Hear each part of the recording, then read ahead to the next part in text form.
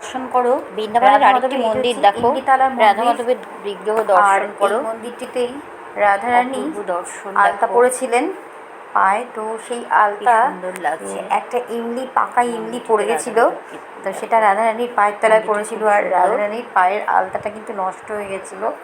তখন রাধারানী অভিশাপ দিয়েছিলেন খুব সুন্দর যে এই ইমলি গাছের ইমলি কিন্তু আর কোনোদিনও বড়, এটি রাস্তার উপরেই মন্দির পাকবে না। তো তারপর থেকে কিন্তু এখানে এই ইমলি গাছ যাওয়ার সময় গাছের ইমলি কিন্তু আর পাকে না। এই সেই মন্দির দেখো, বিগ্রহটি দেখো রাধা মাধবের।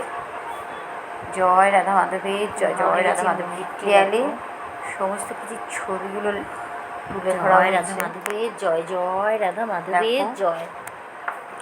মন্দিরের দেয়ালে দেয়ালে রাধা মাধবের সব লীলার এখানে সমস্ত কিছু কিন্তু তুলে ধরা হয়েছে। দেখো এখানে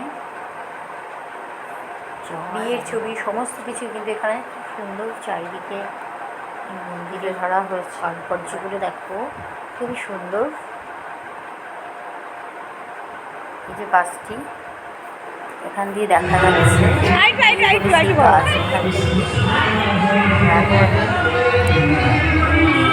দেখো সখী আর আমাদের বউরা কিন্তু নৃত্য করছে, নৃত্য তো মেতে উঠেছে দেখো।